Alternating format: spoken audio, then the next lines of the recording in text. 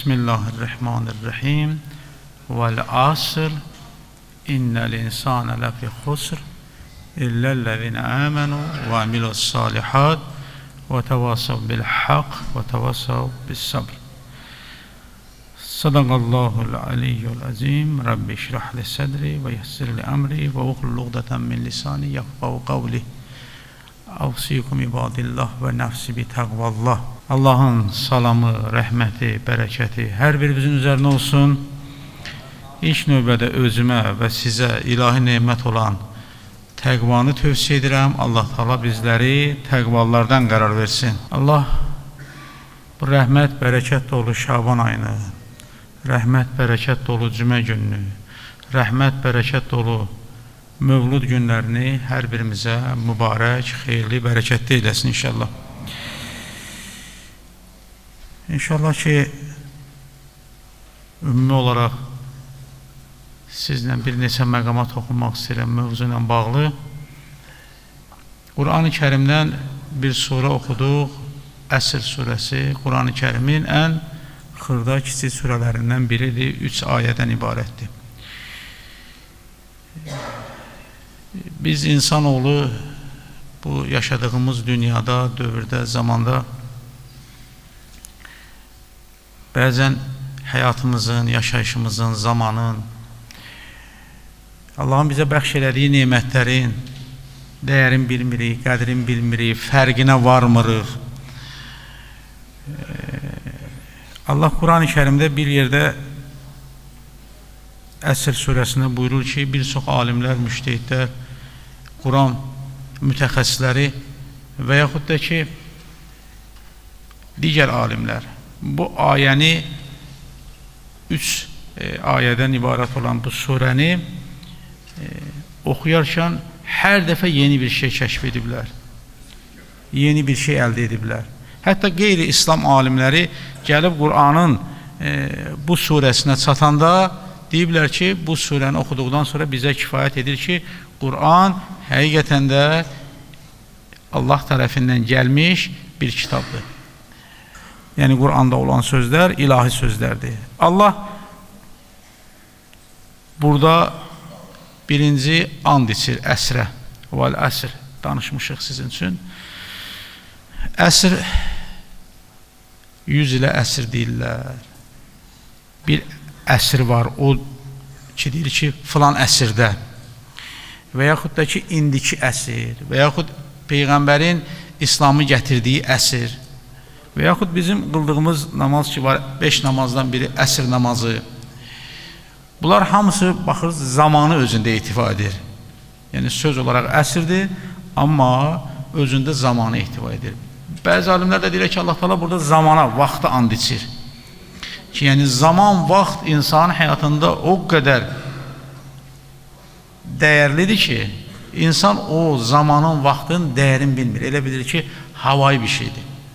Bəzən bizim ad günlərimiz olur ki, məsələn, bizi təbrik edirlər və s. hər bir insana. Və bilmirik ki, bir ildə, yəni bir yaşda, hara yaxınlaşdıq, bir yaş, yəni 365 gün, 365 gün ömrümüzdən getdi. Zaman əlimizdən çıxdı. Bir il ömrümüzdən getdi. Bir il daha tez ölümə yaxınlaşırıq. Bəzən bunların fərqində olmuruq. Burada bu zamanı and içməkdə məqsəd bizi düşündürür ki, həyatda yaşadığınız zaman, yaşınız, mövludunuz, həyatınız, hər bir şeyin dəyərin, qiymətini bilmir. Elə fikirləşməyin ki, bugün də keçdi, sabah da keçdi, bu saat da keçdi, bu cümə də keçdi, yox. Çalışın bunları dəyərləndirin, qiymətini bilin. İnnəl insane ləfi xusur. Baxın, görün necə aydın şəkildə bu ayəni təfsir edən alimlər növbəti ayə bütün bu zamanla bağlı olan sualın cavabını verir. İnsan xəsarətdədir, ziyan içindədir. Elə bir peşə sahibi yoxdur ki, elə bir məqam sahibi yoxdur ki, hər hansı bir ölkədə, coğrafi mövqedə yaşayan olmalıdır. Dinindən, məzhəbindən asılı olmayaraq, inancından asılı olmayaraq elə bir insan yoxdur ki, deməsin ki, mən, Quran ki buyurur, innəl insana ləfi xusur, insan xəsarətdədir, ziyan içindədir. Hamı ziyan içindədir, xəsarətdədir. Zaman nöqteyi nəzərindən, vaxt nöqteyi nəzərindən, Hər bir insan aldığı nəfəs, verdiyi nəfəs müqabilində xəsarətdir. Nəfəs aldın, bir nəfəs geriyə düşdün. Nəfəs verdin, bir nəfəs geriyə düşdün. Bir dəqiqə yaşadın, bir dəqiqəlini. Yəni xəsarət, ziyan içindədir. Biz danışmışıq, toxunmuşuq bu məsələ bir dəfə. Bəlkə dəfələrlə toxunmuşuq. Bir alim bu ayəni, məhz bu ayəni, innəl insana ləfi xusur, həqiqətən insan xəsarətdədir, ziyan içindədir. Bu ayəni fikirləşəndə ki, necə ola bilər insan xəsarətdədir, ziyandadır. İstəyir buna bir məntiqi cavab versin. Gəlir bir gün elə bu fikirlə, bu sualla, bu ayəni fikirləşə, indi Ərəbistan yarımadasıdır, hava isti, onlarda sərin su tapmaq çox çətindir, sərin su tapmaq. İndi soyuducular çıxıb, müəyyən sərinləşdirici aparatlar çıxıb, su aparatları və s. O vaxt yox idi.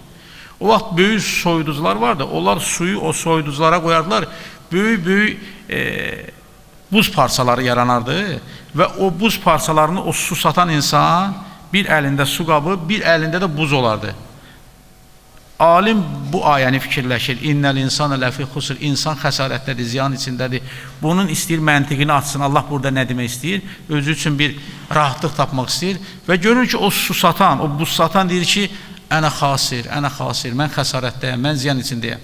Və gəlir, baxır, görür ki, günəş şüaları o buza dəyir, buz damcı başlayır nə eləməyə, əriməyə. Nə qədər onu gec satsa, müştərisi gec gəlsə, o buz dönüb nə olacaq? Suya, əlindən çıxacaq. Və insan ömrü də o buza bənzədi. Bu alim deyir ki, o günəş şüaları, istiliyi o buza dəyəndə necə damcı gedir, yox olur. İnsanın ömrü də o şəkildədir. O da deyir, bu ömrün qədrin, zamanın qədrin, həyatın qədrin, dəyərin bilin. Və çox maraqlıdır ki, növbəti ayə bizə bir rahatlıq verir. Biz deyirik axı, innəl insana ləfi xusur, bütün insanlar xəsarətdədir, ziyan içindədir. Allah Teala bir istisna qoyur. İlləl-ləzinə. O kəslərdən başqa. Kimdir o illəl-ləzinə? İlləl-ləzinə amənu və əmilus-salihat və təvasav bil-haq və təvasav bis-səbr. Bu 4 məqamı, 4 sifəti, 4 xüsusiyyəti deyir ki, bunlardan başqa hamı xəsarətdədir, ziyan içindədir. Onların birincisi kimlərdir? İman gətirən insanlar. İman gətirən insan xəsarətdə deyil. Salih əməl, yaxşı əməl, xeyrxah iş görən insan xəsarətdə deyil. Haqqa tövsiyə edən insan xəsarətdə deyil. Səbr etməyi bacaran insan xəsarətdə deyil. Səbr 3 növdür də, ibadətdə səbir, itaatdə səbir, günah müqabilində səbir, müsibətdə səbir. Səbrin ən çətini günahla üz-üzə gələndə səbr etməkdir. Danışmışıq, ibadət, itaatdə səbir budur ki, insan namazını vaxtında qılması, ardıcıl qılması və yaxud bir müddət namaz qılmayıb, sonra namaza gəlirsə digərlərinin tənələrinə dözməsi, səbr etməsi, orucluqda səbirli olması, həc ziyarətidir, digər sülüdünün, firdünün, bəndərin müqabilində ibadət, itaatdə səbr etmək. Bunun bir mükafatı var. Ondan böyük mükafatı olan müsibət müqabilində səbr etməkdir. İnsana hər hansısa bir çətinlik, sıxıntı baş veribsə, onun müqabilində səbr etmək. Ən böyük mükafat, səbr müqabilində mükafat verilən səbr, insan günahla üz-üzə qalanda səbr edib o günahı etməməsidir. Əgər onu etmirsə, səbrin ən böyük mükafatı günah müqabilində səbr edən insana verilir. Ki, bu günlər ki, İmam Zaman ağanın mövlud günləridir, qısa bir neçə kəlmə deyəcəm. Allah Quran-ı Kərimdə buyurur ki, insanların parçalanmağı, bölünməyin, firqələrə, təriqətlərə, cəmaatlara bölünməsinin Allah Teala belə izah edir Quran-ı Kərimdə, belə bir ayə ilə bizə müraciət edir. Buyurur ki, Ənfal surəsinin 46-cı ayəsində və ətiullah və rasulahu və la tənazza'u fətəfşəlu və təzhəbu rihukum və asburu innəllaha məs-sabirin. Allah və onun peyğəmbərinə itaat edin. Birinizlə çəkişməyin, yoxsa qorxub, zəifləyər və gücdən düşərsiniz. Nə buyurur? Səbr edin, çünki Allah səbr edənlərləndir.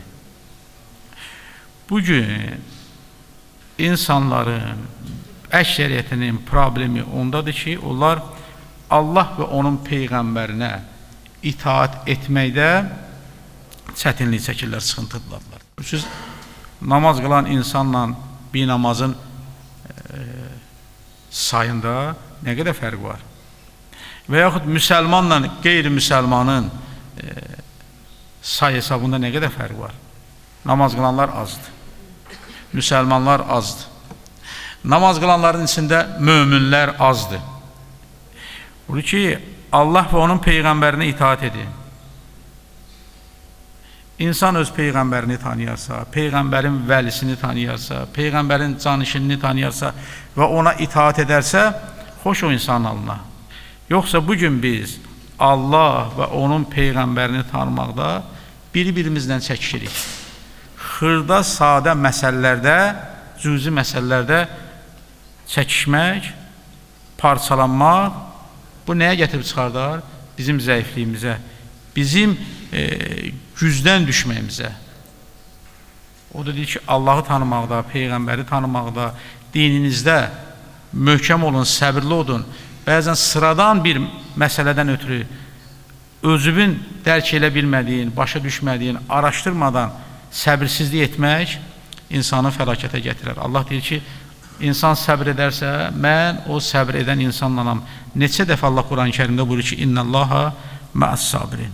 Bu kitab, bu din bizi səbrə dəvət edir. Bayaq surə oxudum, Əsr surəsi insanı səbrə dəvət edir. Peyğəmbərimiz səbrə dəvət edir. Bugün görürsünüz, hər dəfə bu mövzuya toxunuram. Quranla bağlı, İslamla bağlı, Peyğəmbərlə bağlı, Əhl-i Beytlə bağlı, inanclı insanların inancları ilə bağlı müxtəlif insanlar, müxtəlif mövzularda gündəmə düşmək üçün hər bir vasitəyə əl atırlar. Ki, təki bir mövzu atırlar, o mövzudan gündəmə düşsünlər. Fikri çəkir, bu yaxınlarda bir yerdəydim, bir ticarət yerində bir alış-veriş yerdim, gördüm 4-5 nəfər cavan oğlandı, hamısı da saqqallıdır. Öz-özümə fikirləşdim, deyəsən bunlar namaz qılandılar, belə düşündüm də. Əvvəl adam namaz qılanları görürdü, saqqal saxlayan. Ondan əvvəl insan ruhaniləri görürdü, mollaları, axundları görürdü, ağsaqqallarda olurdu saqqal. Sonra neysə namaz qılanlar saqqal saxlayır. İndi namaz qılmayan da saqqal saxlayır. İlk baxışdan onun o xarici görünüşü insanı cəlb edir. Gördüm, əvvəl soruşdum, namaz qılansan, deyir, yox, namaz qılmıram. Soruşdum, nə məsələdir, necə, nə tərəf? Dedi ki, Quran mənə bəsdir, Quranda namaz yoxdur. Quranda namaz yoxdur, Quranda salat var. Sonra da mənə deyir ki, Quranda o ki, deyir, namaz yoxdur, salat var. Deyirəm, yaxşı, sən Allaha inanırsan, deyirəm, Peyğəmbərə inanırsan, necə buyur, Allah və onun Peyğəmbərinə itaat. Deyirəm, Peyğəmbər namaz qılıb, deyir, qılıb da, rükü edənlərlə rükü edin, var da Quranda. Deyirəm, indi o rükü, sən dediyin salatda necədir? Deyir, səni salatdır, duadır. O duada o rükü necədir? Mənə rükü halını göstərir. Demə, dedim, görsən, namazın şəkli var, qiyamı var, rüküsü var, səcdəsi var. Sən bir bu sözü tutmuşsan ki, Quranda namaz yoxdur, salat var. Demək, 124 min Peyğəmbər namaz qılıb, imamlar namaz qılıb, bugün milyonlarla insan namaz qılırlar. Bunlar bilmirlər. Bu insan, bəzən bilsin namaz qılanları bunlar necə görürlər? O bəzi insanlar ki var. Namaz qılanın işi gücü qutarıb, ancaq gəlir namaz. Namaz nə qədərdir? 17 dəqiqə vaxtımızı alır. 20 dəqiqə gün ərzində vaxtımızı alır. Görək biz namaza çox vaxt ayırırıq, yoxsa sizlər bihudə işlərə çox vaxt ayırırsınız? Yəni, oxuyub Qur'anı zahirdən ondan bundan neysə eşitmək, bu məsələnin həlli deyil. İnsan gələk o sahənin mütəxəssisinə müraciət edir. Əgər bir yerdə yaşayırsansa, orada bir din sahəsində bilgili, savadlı bir alim varsa, gedərsən ona məcbursan müraciət edəyəsən. Mənə maşının bir istifadə elədiyimiz maşınlar ki var, paltar uyan maşın, qab uyan maşın, digər cihazlar ki var, deyir ki, görürsən onun pasportu var. Deyirəm, onun pasportu var, sən onun pasportunu öyrənmək üçün onun mütəxəssisinə müraciət edəyəsən. Deyir, Quran bizim yaşam pasportumuzdur, hər bir şeyin pasportu var, Quran da insanın yaşam pasportudur. Deyirəm, ay sağ ol, sən o pasportu götürəndə oradakı yazıları sən dərk edə bilməzsən, başa düşə bilməzsən. Bəzən orayla müdaxilə eləsən, o maşını yandırarsan, xarab edərsən, düzgün istifadə edə bilməzsən. Onun üçün mütəxəssisi var, o gəlir, quraşdırır və ona zəmanət verir. Qur'anı da öyrənən, bilən alimlər, təfsirçilər var. Bayaq deyirəm, bir surəni təfsirçi araşdırır ki, Allah Taala burada nə demək istəyir? İnnəl insana ləfi xusur.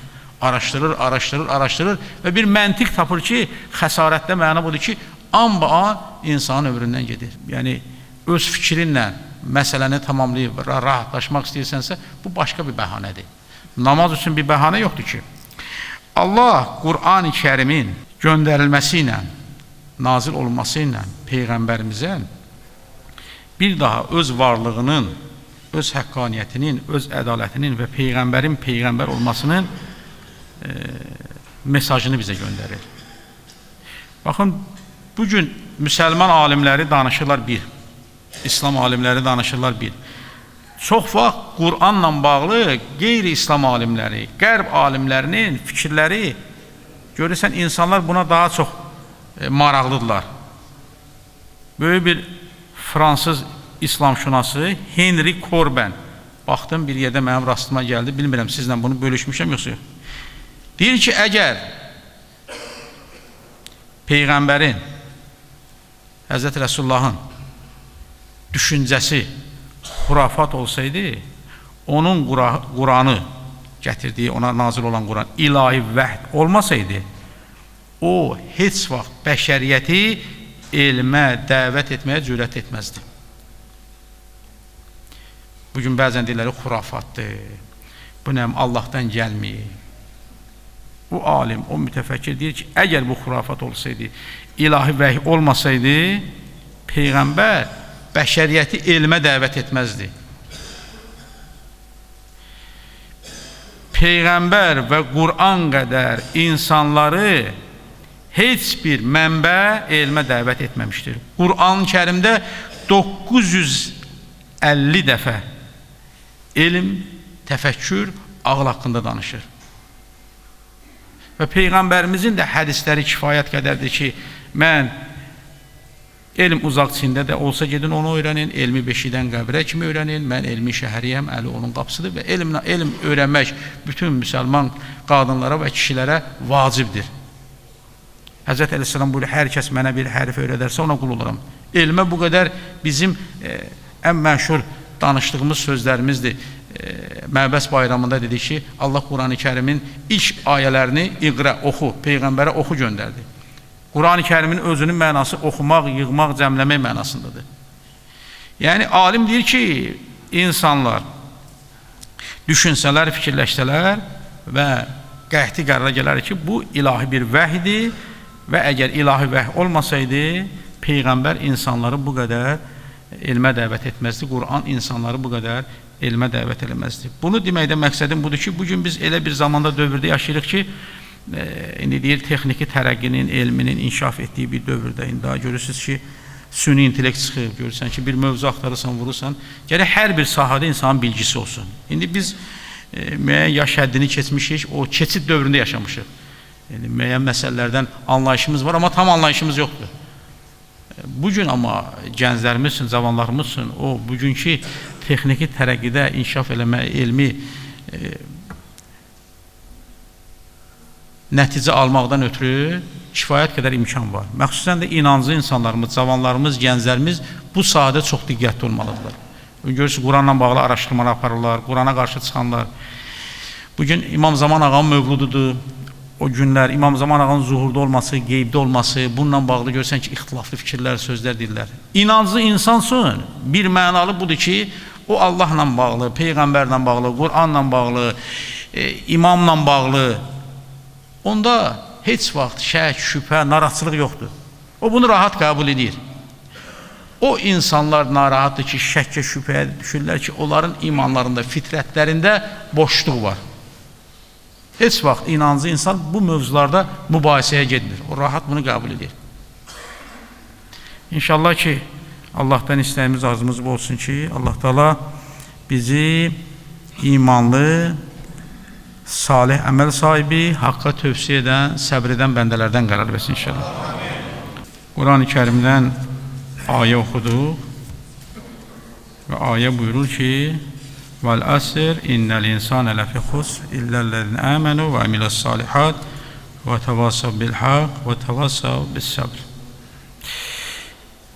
Vəl əsr sözünün bir mənası da İmam Zaman ağanın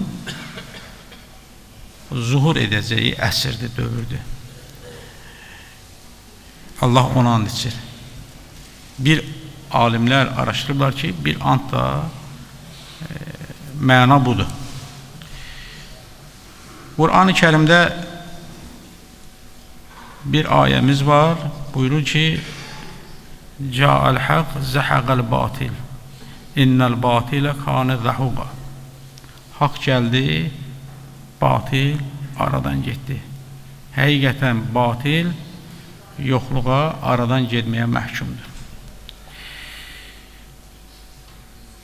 İmam Zaman ağanın uzun ömürlü olması, İmam Zaman ağanın həyatda olması, İmam Zaman ağanın qeybdə olması, bugünkü dövrdə elmi araşdırmalarda ən çox müraciət edilən mövzu İmam Zamanla bağlıdır. İmam Muhammed Baqir əleyhissalam 5-ci imamımız buyurur ki, İslam 5 şey üzərində bina olmuşdur, qurulmuşdur. Bina ki, o 5 şey üzərində qurulub, onun birincisi İqam-ı salatdır, namazı qılmaq. İkinci və ita-i zəkat, zəkatı verməkdir. Üçüncü və haccil beyti, Kəbəni, həcc evini ziyarət etmək. Dördüncü və savmiş şəhri Ramazan, Ramazan ayında oruç tutmaq. Və beşinci vəl vilayəti lənə əhləl beyti, bizim əhl-i beytimizin vilayətinə bağlı olmaq, onu tanımaq, onu sevmək, onu istəmək, ona məhəbbət bəsləmək. Və İmam hədisin ardında buyurur ki, və cü'ilə fi ərbəyin minhə ruxsatın və ləm yücəl fil vilayəti ruxsatın. Bu 5 şeyin üzərində ki, İslam bina olub, bunun 4-ündə insan ruxsəti vardır ki, onları eləməsin. 4-ü. Amma birindən ruxsət yoxdur, icazə yoxdur ki, desin ki, mən bunu eləmirəm. Və İmam hədisin ardını izah edir. 4-ündə deyir, güzəşt var, amma birində güzəşt yoxdur. Mən ləm yəkun ləhu malun ləm təku əleyhi zəkatən. Deyir, bir insan zəkat, onun malına gəldi zəkat, malının zəkatını verməlidir. Deyir ki, İslam dini sütunlarından biri də zəkatdır. Bugün insanların əksəriyyətinin problemi nədir? Mallarına zəkat gəlmiş, xums gəlmiş, insanların zəkatdan, xumusdan boyun qaçırmalardır, bəhanələr gətirmələrdir. İmam buyurur ki, mən ləm yəkun ləhu malun ləm təkun əleyhi zəkatən. Kimin malı yoxdursa, malına zəkat gəlmirsə, xums gəlmirsə, ona zəkat, xums vacib deyil. Yoxdursa əgər. İndi hamı özünü yox kimi aparır. Olan da yox kimi aparır, olmayan da. Yəni, zəkat vacibdir, dinimizin sütunlarından biridir. İmam buyurur ki, əgər bir insanın malı yoxdursa, ondan heç kim zəkat tələb edilmir. O zəkata görə məsuliyyət daşınmır. İcazəsi var ki, zəkatını verməsin, xumsunu verməsin. Və mən ləm yəkun ləhu malun fəleysə əleyhi həccə. Bilirsiniz də, həcc vacibi bir əməldir. Qarşıdan elə həcc ayları gəlir. Keçən dəfə demişdim, qoy bir dediyim, bəzi ölkələrdə həcc üçün növbədir. 10 illik növbələr var. Demək olar ki, Azərbaycanda bəzi belə deyək, insanlar var, din əleyhinə, elə həcc əleyhinə, namaz əleyhinə çıxış edənlər. Həcci o qədər belə insanların gözündən salmaq istəyir, pulun var, get falan kəsə yardım elə, həccə verdiyin pulu get falan yetimə və s. və ilə axır falan xeyirxah işlərə sərf elə, ərəbə verdiyin pulu get falan xeyir işə xərclə. Mən dəfələrlə demişəm, bizim elə hacılarımız var ki, Allah ömürlərinə, mallarına, müştərinə bərəkət versin. Onlar həccə də gedirlər, xumuslarını da verirlər, zəkatlarını da verirlər, salih əməl də edirlər, ehsanlar da verirlər, ehtiyaclı insanlara kömək də edirlər. Kifayət qədər belə hacılarımız var. Və həccə gedənlərin hamısı sadə insanlar deyirlər, namaz qılanlar deyirlər.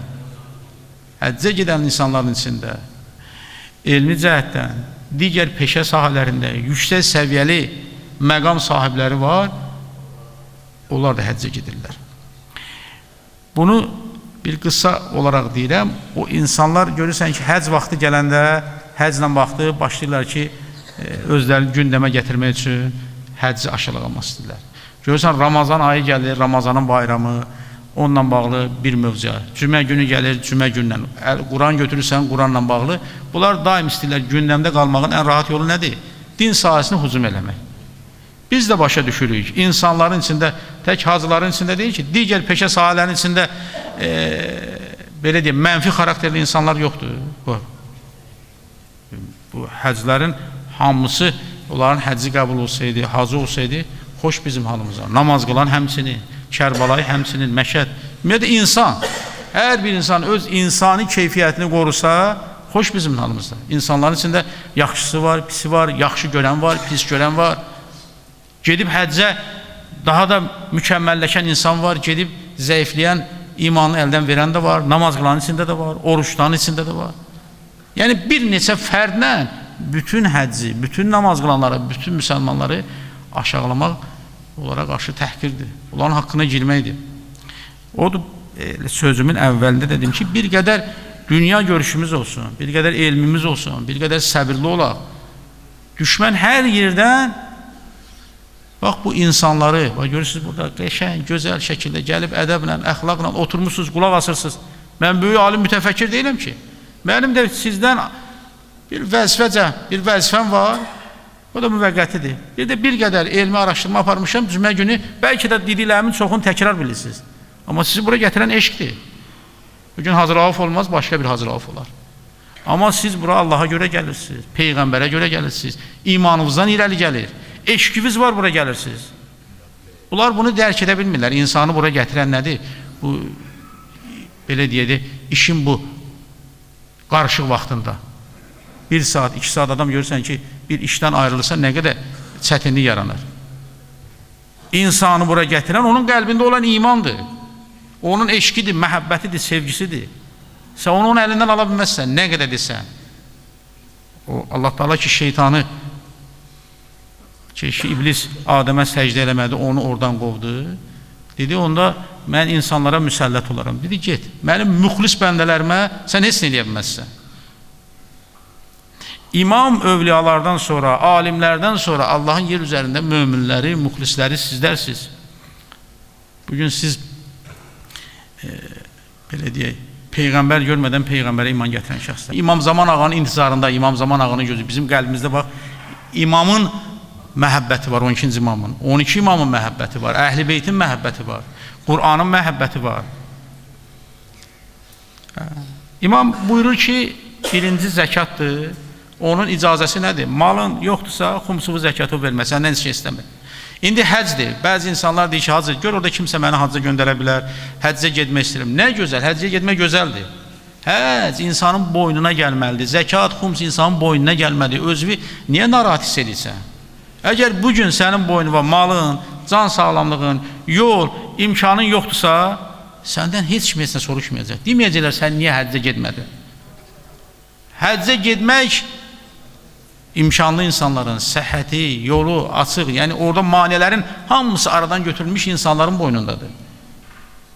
Və imam buyurur ki, İslamın ikinci, o binasının ikinci sütunu ki, həcdir, bir insan yoxdur, malı, mülkü, vəziyyət belədirsə, getmədirsə, heç bir sorğu sual yoxdur. Ona icazə verilir ki, getməsin həccə. Üçüncü imam buyurur ki, və mən kanə mərizən səlli qaidən və aftərə şəhrə Ramazana. Deyir ki, hər kəs, üçüncüsü nə oldu? Və savmuş şəhrə Ramazan. Ramazan ayında oruç tutmaq. Allah Quran-ı Kərimdə buyurur ki, kutibə aleykumus siyam kəmə kutibə aləl-ləzinə min qablikum. Oruc səndən əvvəlkilərə yazıldığı kimi, vacib olduğu kimi sənə də vacibdir. Baxın, Quran-ı Kərimdə bu ayəni oxuyursan, görürsən ki, oruc vacibdir. Bəli, insan həddi buluq yaşına çatarsa, ağıllı, sağlam insan oruç tutmalıdır. Və sonra istisna qoyur. Əldən düşmüş qocalar, xəstəliyi ciddi olan insanlar, müəyyən üzürlü səbəbdən oruç tutmayanlar oruç tutmaya bilərlər. Gördünüz, biz istisna qoydu. Zəkat xumsda bir istisna qoydu, həcdə bir istisna qoydu, orucluqda bir istisna qoydu. Və iqamət salat, namaz qılmaq, namaza durmaq, namazı qılmaq. Namazda rüxsət nədir? Namazda rüxsət, icazə bu deyil. Sən xəstəyəm, namaz qılmıram, pulum yoxdur, namaz qılmıram, nə bilim, aclığa dözə bilmirəm, namaz qılmıram, yox. Namazda bizim bəhanəmiz yoxdur. Namazın rüxsəti isə, ayaq üstə qıla bilmirsən, oturan yerdə qıl. Oturan yerdə qıla bilmirsən, uzanan yerdə qıl. Yəni bir icazə verib, bir rüxsət verib ki, başqa bir şəkildə onu əvəzləyəsən. O birlərində deyir, etmirsən, bunda deyir, əvəzləyəsən. Və nəhayət, imam buyurur ki, vəl-vilayətü lənəl əhləl beyt.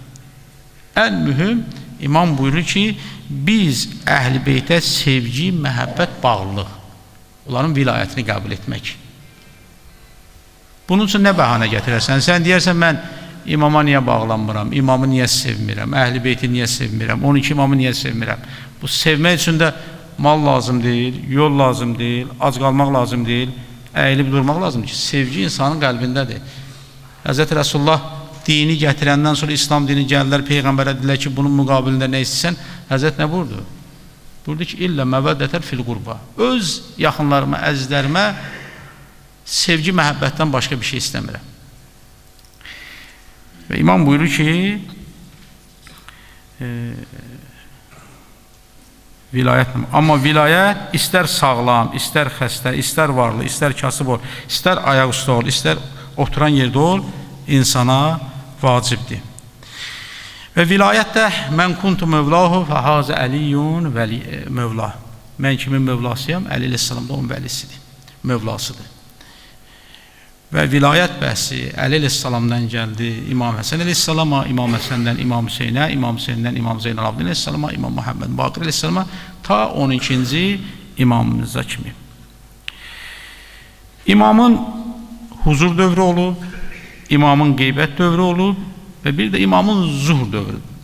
Huzur dövrü bilirsiniz ki, imamın 5 il imamət dövrü olubdur və ondan sonra imam qeybət çəkilib, ona deyirlər qeybəti sonra və sonra imam bir də huzur olub, qeybəti kubraya, yəni indiki qeybət çəkilməyi var. Bir imamın həyatında bir məsələ budur ki, imamın zuhur dövrü olacaq. Biz indi o imamın zuhur dövrünün intizarındayıq. Ümumiyyətlə, intizar bəhsi, haqqı, ədaləti bərqərar edəcək, insanları xilas edəcək, bununla bağlı mövzu bütün inanclarda, bütün dinlərdə öz əksini tapmışdır. Lap keçmişlərdə, təzə-təzə mənim yadımdadır, sizlər də bilərsiniz. Görürsən, hər yerdə bir xilaskara ehtiyac var. İnsanlar o xilaskarın intizarındadır. Və biz də ki, Allah Quran-ı Kərimdə buyurur ki, imamın o zuhurunu, o zahir olanda bütün dinlərin üzərində öz hakimiyyətini bərqərar, bütün hər bir şeyin üzərində onun zuhuru. Qeybətin bir mənası, imam qeybət çəkildi deyirlər, necə? Hədislərdə imamın qeybət çəkilməsi buyururlar ki, bizim onu tanımamağımızdır. Biz onu tanımırıq. Biz demişik də, hər gecəni qədir bil, hər gördüyü Xızır bil. Nə ki, qeyb aləmindədir, haradasa qeybdədir biz onu. O bizi görür. Bir çox insanlarla da təmasda, görüşdə olub. Bunda kifayət qədər mövzular var ki, məqamlar var ki, həqiqətlər var ki, kitablarda bunlar qeyd olunubdur, öz əksini tapmışdır. İmam qeybdə deyil, imam bizimlə yaşayır, biz onu görə bilmirik. Hədislərdə Həzrəti İmamın qeybdə olması, bizim onu görməməmizi Həzrəti Yusuf əleyhissalamın həyatına bənzədirlər. Həzrəti Yusuf əleyhissalamın cəryanı bilirsiniz də. Bəzən görürsən ki, qardaş qardaşla yola gedmir, evdənəm kimlərsə ata həyat yoldaşı, bacı, əmi, dayı, belə problemlər bu gün nə qədər işsiz var. Hətta iş o yerə gəlib ki, bir-birlərini qətl etdirirlər, öldürürlər və s. və ilə. Həzrəti Yusuf əleyhissalamın qardaşları da həsəd, paxıllıq, kin, təkəbbürlük, bunlara güc gəldi, qardaşları Yusufu quyuya atdılar. Və Yusuf atalarına dedilər ki, Yusufu canavar parçalayıb, bu mövzu gəlir, hamısını danışmaq istəmirəm. Məqam gəldi, Yusuf oldu Misirin şahı.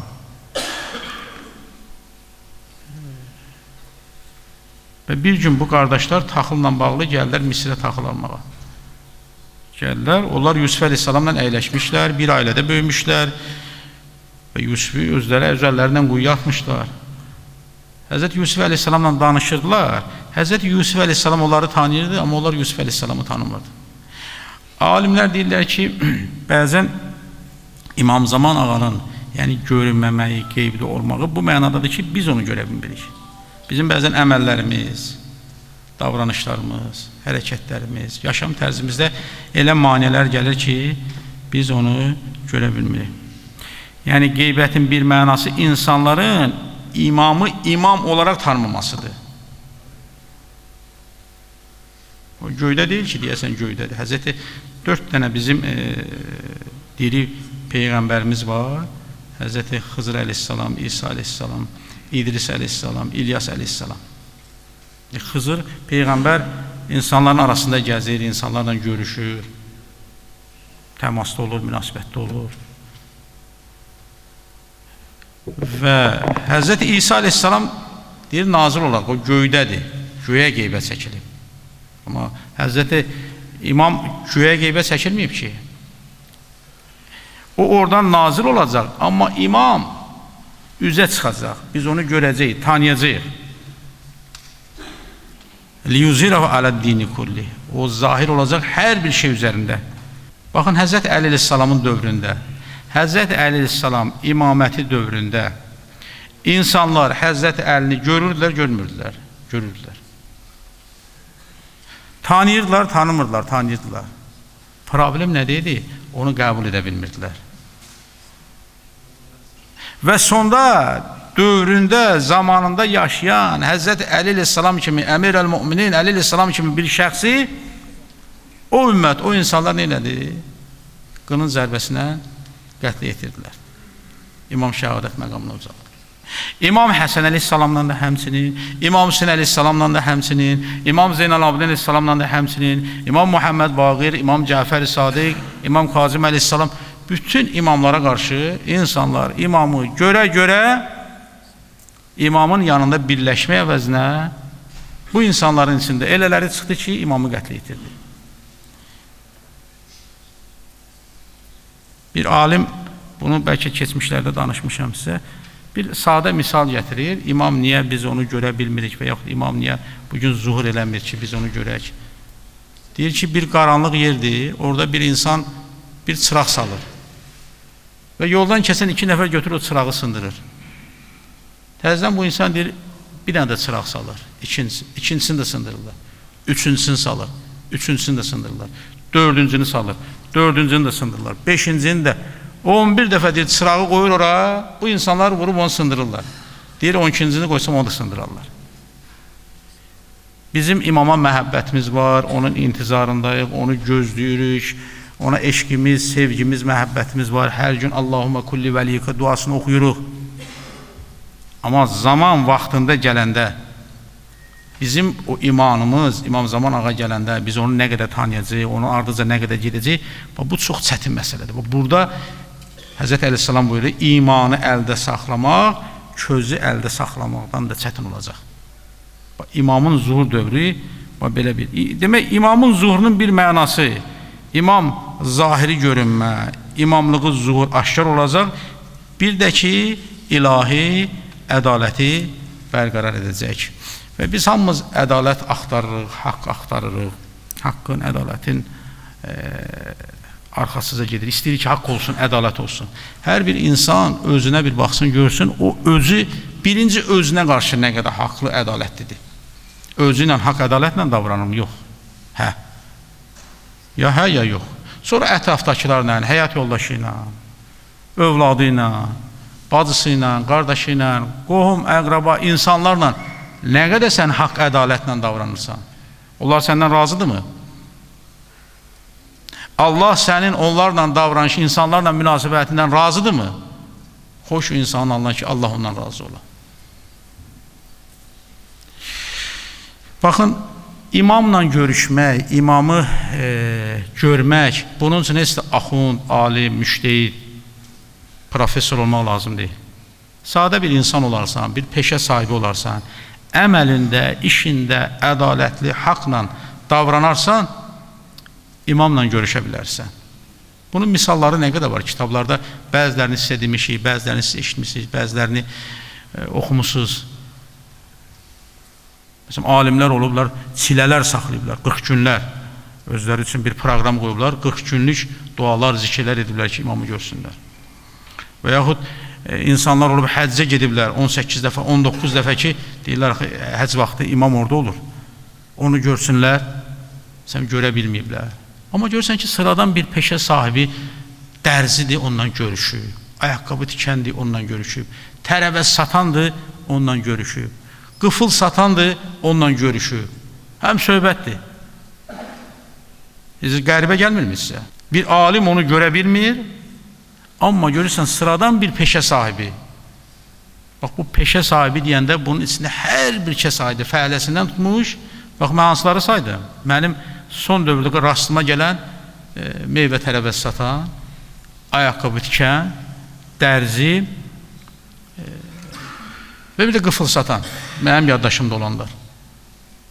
Bunlar imam zamanla görüşüblər, həm söhbət ediblər. Mən onları danışmıram, başqa bir fürsət olar, danışıram sizin üçün. Yəni, əməlimizdə düz olsa, vallahi, billahi, tallahi, əməlimizdə haqq, ədalət, necə ki, başqasını haqlı görmək istəyirsən, ədalətli görmək istəyirsən, onu özündə tətbiq eləsən, sən imamla görüşərsən.